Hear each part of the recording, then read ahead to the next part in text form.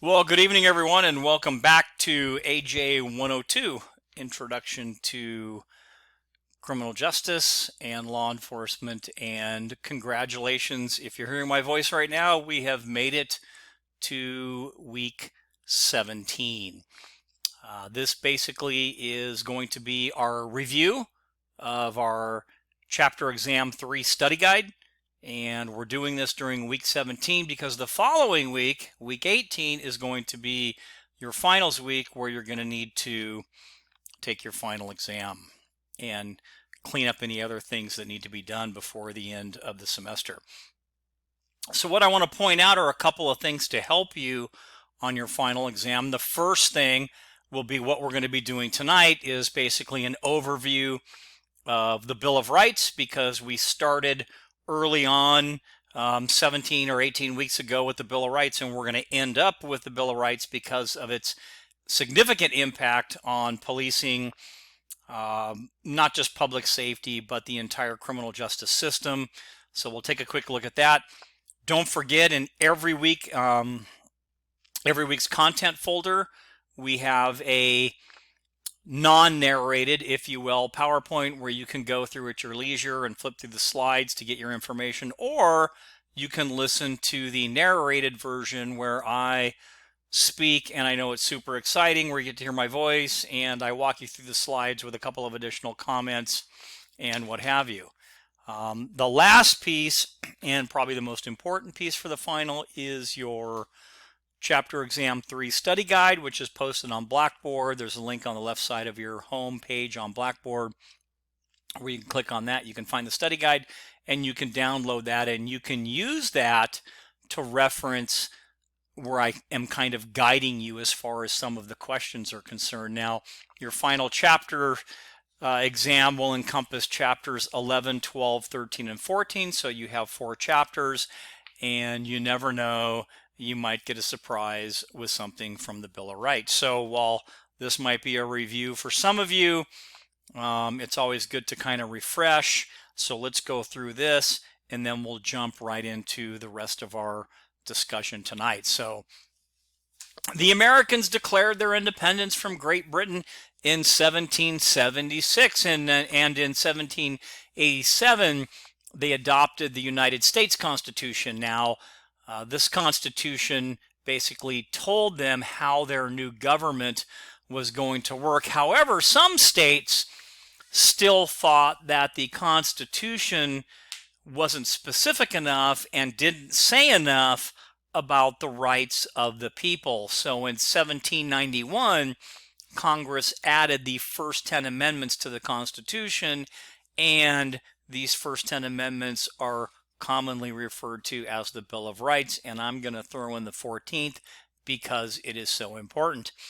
Now, these are individual rights that the government can't take away, and while we don't apply every one of these each and every day in policing, you will quickly see, or you have learned hopefully, that some are very, very important to law enforcement and the job that we do each and every day. And again, while all of these 10 amendments and the 14th Amendment are very important, there are some that are going to stick out that really have a higher level of application when it comes to the day-to-day things that a police officer might do. So here we go, the First Amendment. Congress shall make no law respecting an establishment of religion or prohibiting the free exercise thereof, or abridging the freedom of speech or of the press or of the right of the people to peaceably assemble and to petition the government for a redress of grievances. Well, what does all of that mean? So I've kind of put it into just a couple of bullets on this slide, and also you'll notice at the top you'll see a little YouTube video link, and if you want more information you can click on that. It'll take you to YouTube and you can watch a 4 or 5 minute video on each one of these.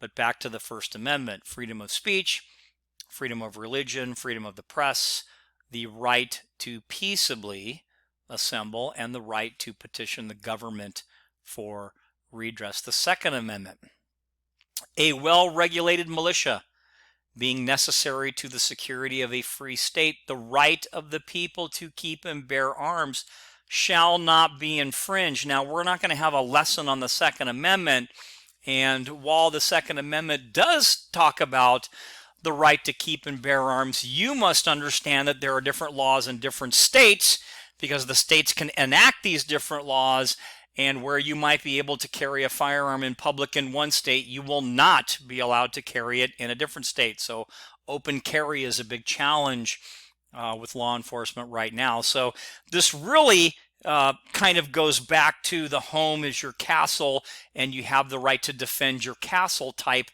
concept.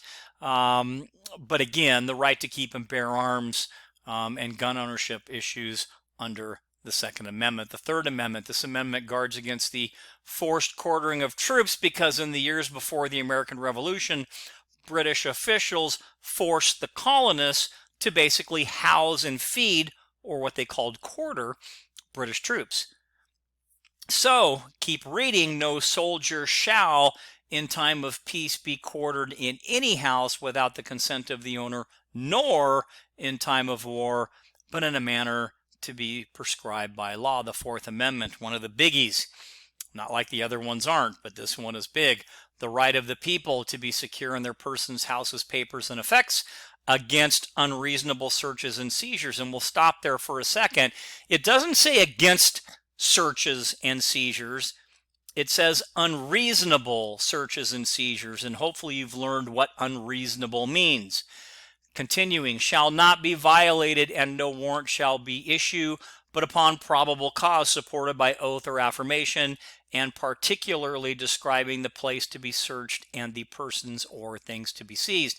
So to kind of wrap it up, it forbids unreasonable search and seizure in a couple of cases that are applicable to this term called the exclusionary rule, where things might be excluded, hint, hint, Weeks versus United States and Mapp versus Ohio. So those are some issues relating to the Fourth Amendment. The Fifth Amendment, no person shall be held to answer for a capital or otherwise infamous crime, excuse me, unless on a presentment or indictment of a grand jury. So stop for a second. Not all counties file their cases through the grand jury. Some do, some don't. There's an exception to the rule here that came about to where you can take a felony case to the district attorney and they can file those cases, and a misdemeanor case too, but you can file your criminal cases through the district attorney's office without having to always use the grand jury, as it says here in the Fifth Amendment. So just kind of keep that in mind. Except in cases arising in land or naval forces or in the militia, when in actual service in time of war or public danger, nor shall any person be subject for the same offense to be twice put in jeopardy of life or limb, tried twice for the same crime. But there is an exception to that as well, and we don't have time to get into that, but nor shall be compelled in any criminal case to be a witness against himself. You don't have to testify against yourself, nor be deprived of life, liberty, or property without due process of law, nor shall private property be taken for public use without just compensation. This kind of focuses it down. No double jeopardy, being tried twice. The privilege against self-incrimination and due process, the Sixth Amendment. In all, and this is another big one too, in all criminal prosecutions, the accused shall enjoy the right to a speedy and public trial by an impartial jury of the state and district wherein the crime shall have been committed, jurisdiction, which district shall have been previously ascertained by law, and to be informed of the nature and cause of the accusation. What am I being charged with?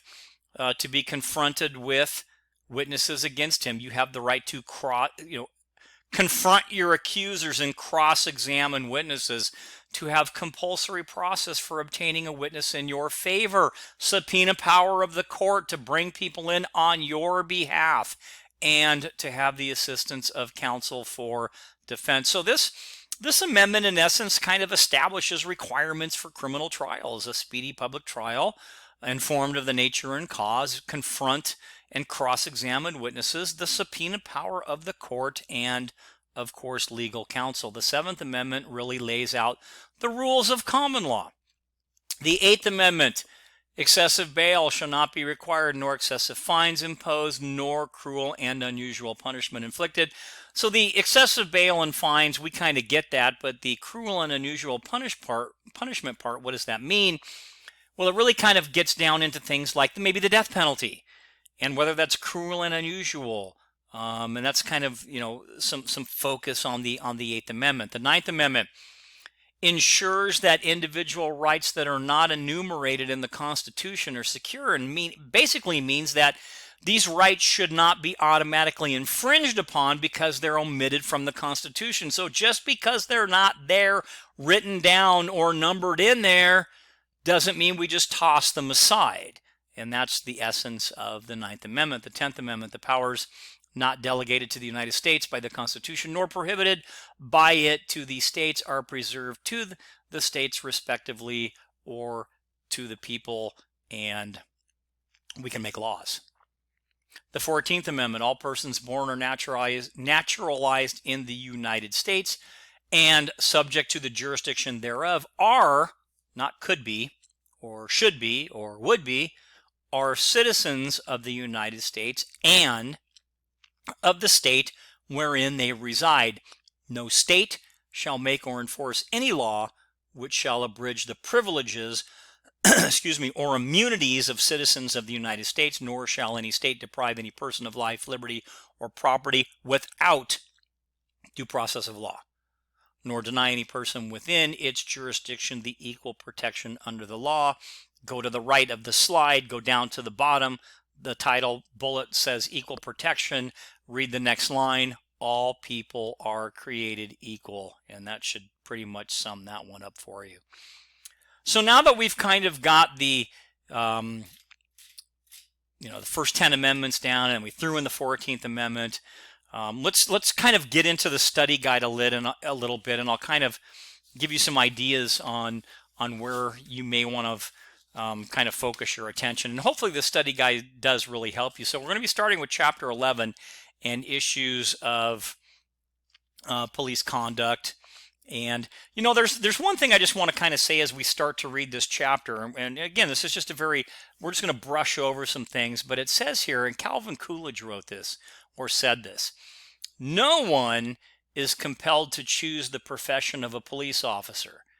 Meaning, no one's going to force you to do this kind of job. No one forces people to do that kind of job. But having chosen it, meaning now that you've accepted that and you've chosen this, everyone is obligated to perform its duties and live up to the high standards of its requirements. That's super, super impressive. And it very is true. I mean, no one's compelling you to get into this job. You're doing it for whatever reason you're doing it. And hopefully it's to help people in need and protect those that need protecting and defend those that need defending and arrest criminals and do all that other stuff. But if you're going to do it, and I really kind of like this, do it to the fullest extent. Understand that you have that bar is set very high. And that's kind of the essence of the conversation as we go through some of the questions and what have you. So number one, know what reflects police perspectives on vehicle pursuits. So how do police kind of view pursuits? And we're going to jump around a little bit in the textbook, so I'm sorry about that. And there's a lot of things to read in here that are really, really important. And there's a whole section on discretion, which really is one of the most important pieces of this entire chapter. But when we talk about car chases and pursuits as well, how do the police view pursuits? I mean, do they view them to be dangerous, or do we understand that we have to control them? Do we know that when we get in a car chase that the people involved, both the suspects and the police officers, there's a rush of adrenaline and excitement? Or is there some type of other viewpoint in there? And I would venture to say that some of the things I just talked about are pretty applicable to number one. Number two, know what the case of County of Sacramento versus Lewis set the standard for. And there's an interesting phrase out there that maybe some of you have heard and maybe you haven't. And it's the term called, well, what do you think it is? It's the term called liability. And, you know, while there are a couple of different definitions here and there, liability is a big thing, especially when you're talking about you know, being like a staff member or a chief or something. And liability is kind of a legal obligation that is incurred for an injury suffered or complained about that results from failure to conduct a specific task within a standard. So an example would be like you have this general orders, you have a set of rules and guidelines, and when you deviate from those rules and guidelines, if you will, then you can open yourself up to this, what they call this legal obligation. And this case that we're talking about, the County of Sacramento versus Lewis, kind of set the standard for just that. So hopefully that kind of helps you out on that. Know some common less lethal force alternatives. Well, you know, when you there are, everybody kind of understands what lethal force might be, but there are other things that we can use that are on maybe that use of force continuum in your book that you can look at that talk about different types of maybe weapons or things that we can use that are what they call less lethal. Where we don't have to automatically result to a firearm. So what are some of those less lethal force alternatives? Now, I won't give them all to you, but one could be like a taser. And I say taser because everybody thinks that's cool. But so that could be one less lethal force alternative. Number 4, what are, or know what 3 factors are built into most police policies regarding police pursuits. Well, there are some things that we have to kind of think about. And I'll try to give you examples of this without giving you the answer, because that's not really what I'm here for. I'm here to kind of talk about those things that you need to think about. So the factors that are built into pursuit policies in police departments are factors that may impact the way that you drive. So an example, one of them could be, what if it's raining outside? Would that impact maybe a car chase, and maybe you wouldn't want to get in that car chase? Does that make sense? And I hope it does. So that's just one, but that's an example of one that could really, that are put in policies for officers to think about when they get into these kinds of things. Number 5, know what most discretionary option is that a police officer possesses. Well, think about that. You know, discretion is big in law enforcement, and discretion by definition is the freedom of a person, okay, or an agency to choose to act or not. And the question kind of comes down to whether or not that discretion is positive or negative. But what do you think the most impactful, okay, if you will, that a police officer has? I mean, do we have the ability to take away somebody's freedom? Well, yeah, we do, and that's pretty impactful. So without giving you the answer, you just have to kind of like, you know, think about that. So we'll kind of move on a little bit. Know the definition of discrimination. Well, that's in your, it's in the slides, and it's also in the textbook. Know what racial profiling is. That's in there as well. Know what constitutes excessive force. So as we start to talk about different things in this particular chapter, you're going to see the use of force continuum in there. You're going to see use of force, and force is an action taken to compel a person to comply with your request. So if you're an officer. So with that being said, we know what force is. What would excessive force be? So kind of think about that one for a minute. Number 9, know what the 4 factors are that contribute to an officer's conditioned hesitation. These are also listed in your textbook, and a lot of things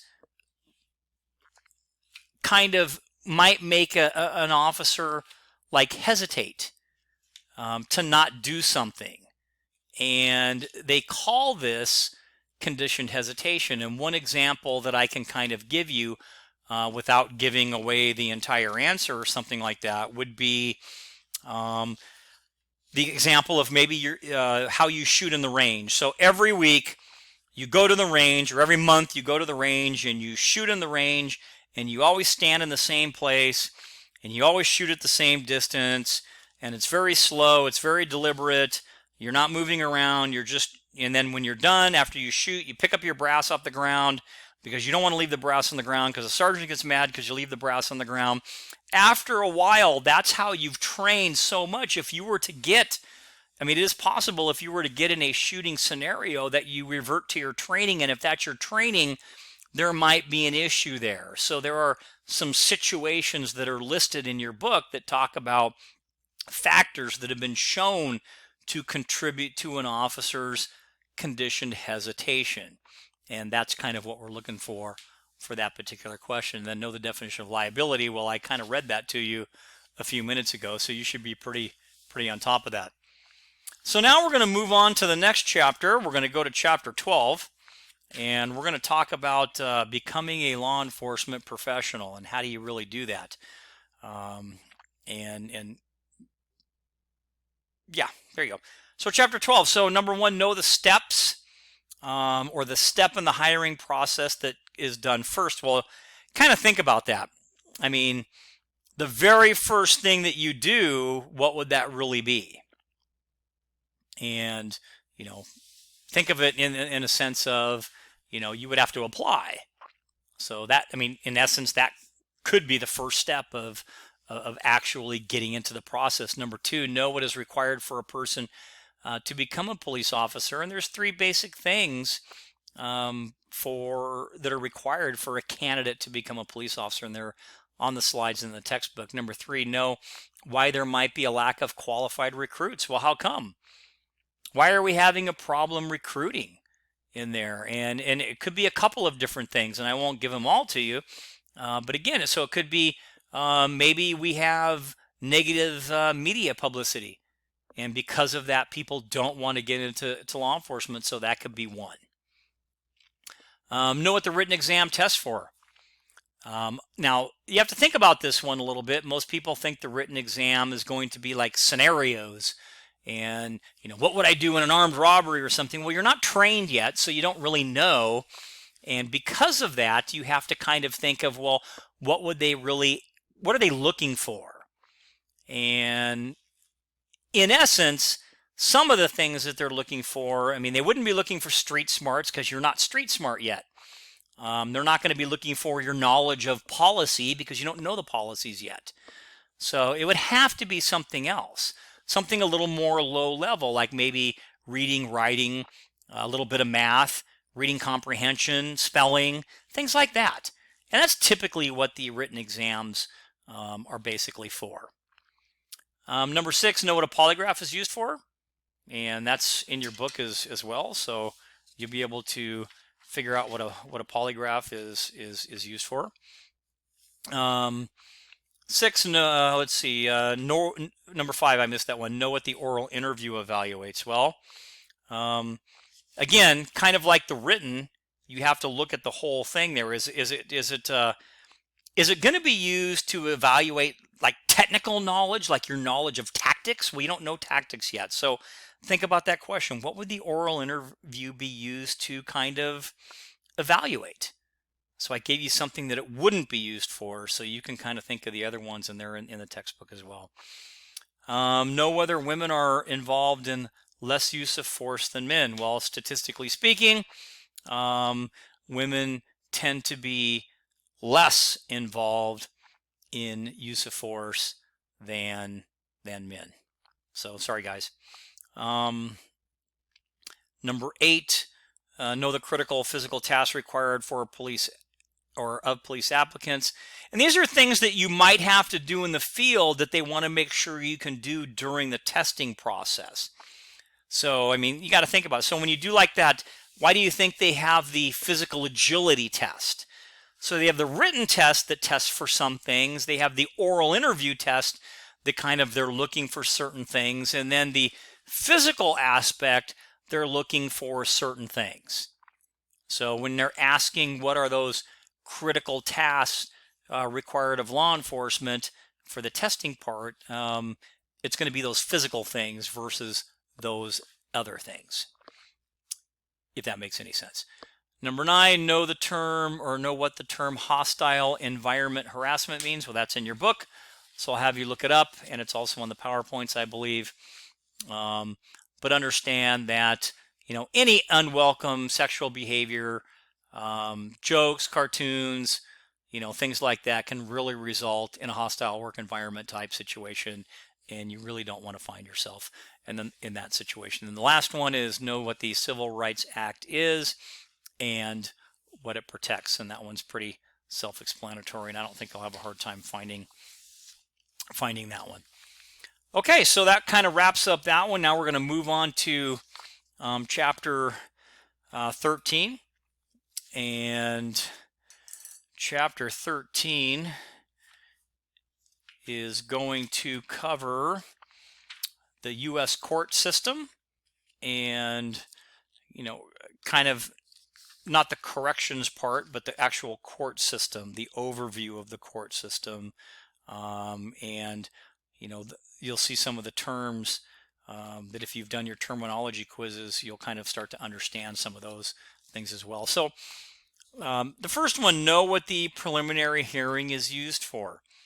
So I think we all know what a what a trial is. We've seen it on TV, and we understand what a court trial kind of looks like from that. But there are things that happen before the actual trial starts, and a preliminary hearing is kind of a time when the judge determines whether there's probable cause for believing that an offense has been committed and that person that's being accused committed it.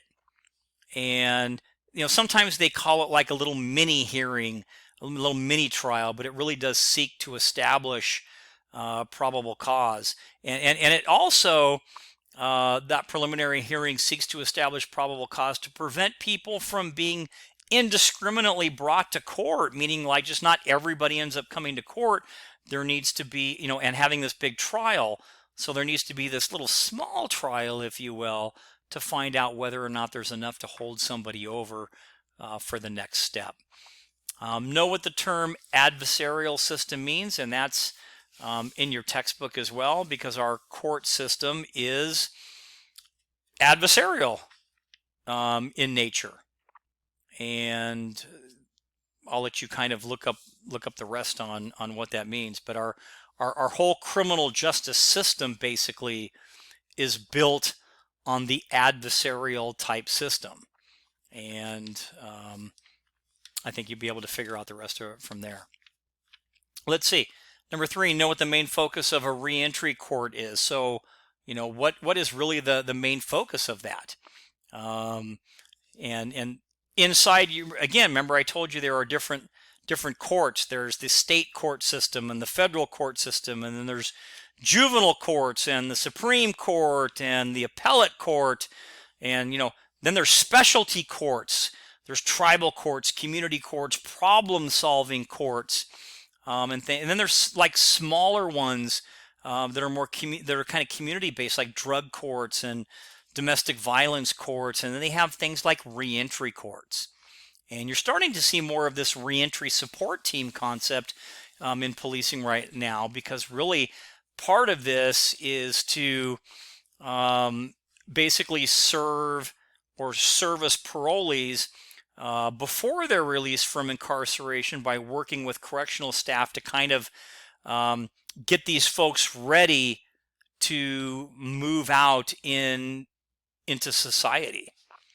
And they'll work with all types of different entities in order to do this. So that's kind of the essence of like reentry. Very, very valuable programs, by the way. Number 4, know what the term petition means. Well, you can look this up in the book, but in adult court, we have what we call a criminal complaint or a filing. And in juvenile court, you'll have something else. Number 5, know the main players in the judicial process. Well, the main players, I mean, you know, we talked about that are criminal justice system is adversary, and it requires the accuser to prove beyond a reasonable doubt to a judge and jury that the accused person is guilty of a specific crime. And in all this adversarial system are people like the defendant and like the prosecutor and the defense attorney and the judges, and those are key people that are in there. So use that to kind of help focus you in a little bit like that.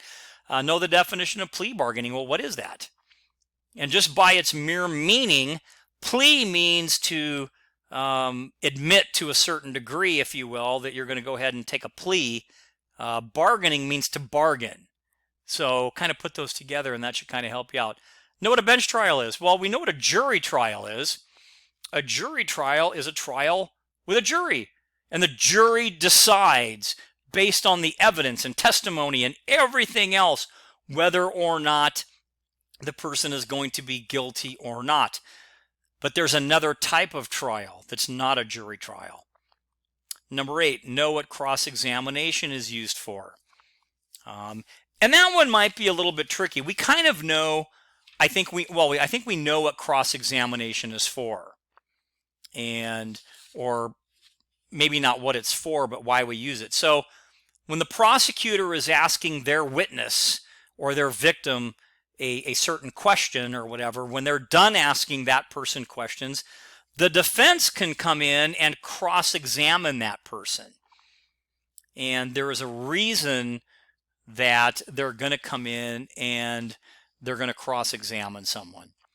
Now, typically, a lot of times, it's to gain information and what have you, but usually the defense is going to try to kind of discredit the prosecution's witnesses through things like cross-examination and vice versa. Know what a hung jury means? I'm going to let you look that one up.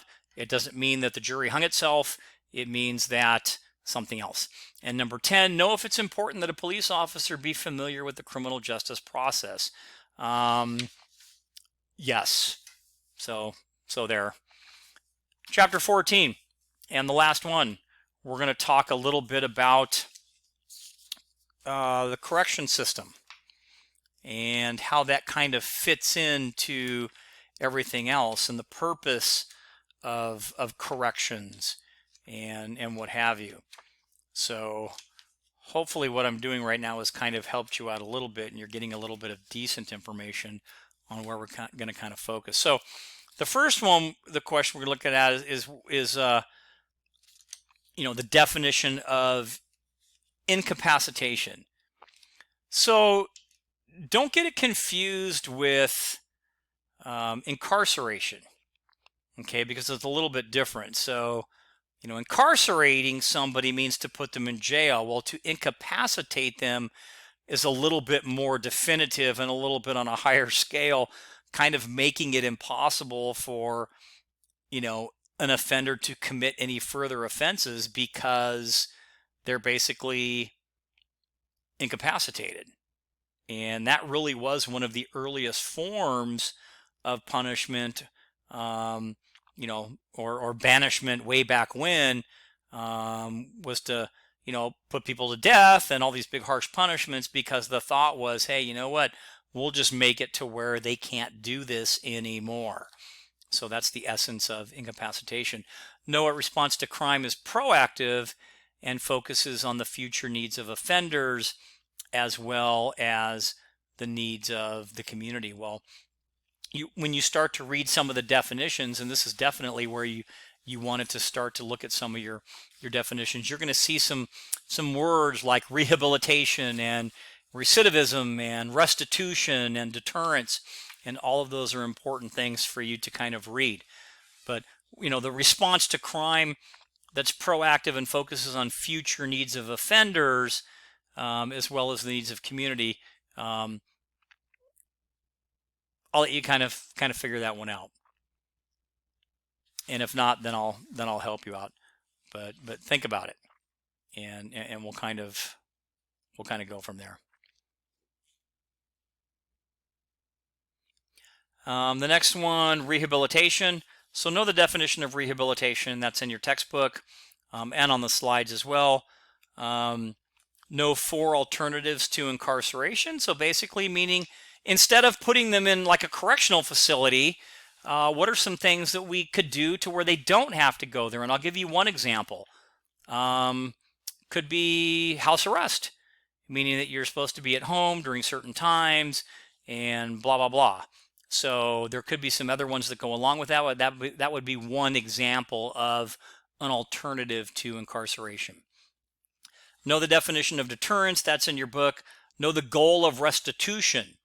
Well, if you know the definition of restitution, you'll know the goal of restitution, and you know, I think that'll help you kind of clear that up. So I don't think you're going to have too much problem with that. Now, restitution, keep in mind, is to make sure that you are responsible through whatever means to repair, fix, replace, pay for something that you may have damaged, stolen, or what have you. So hopefully that kind of gives you some direction on that. Know the primary goal of correctional institutions. And so what is it? Why do we build all these jails and whatever? You know, the primary goal of correctional institution.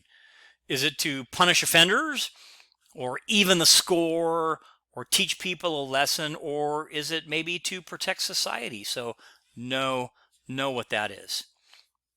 Let's see, number 8, know the primary focus of juvenile corrections. And you know, it's always been and it will always be rehabilitation. And then there you go. Know the difference between jail and prison. I'll let you look that one up. That's in your book and on the slides as well. Know the difference between probation and parole. Those are in there as well. And just keep in mind, you know, once you've got these, you'll be able to figure them out. Know what incarceration means. So what's it mean to incarcerate someone? And then finally, know what this word lex talionis means. And way back when, if you can remember that far, because we're already in week 17, but if you can go back to chapter 1, you will have heard that word before, or you will have seen that word before, as it relates to early methods of punishment. So primitive and kind of ancient law, if you will.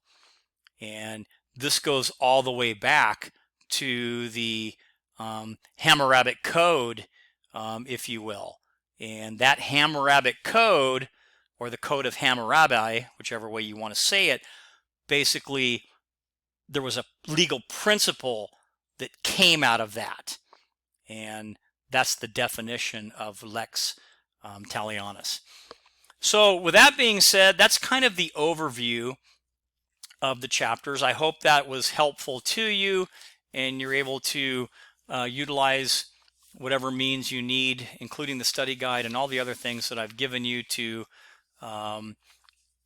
benefit you when it comes to taking your final chapter exam.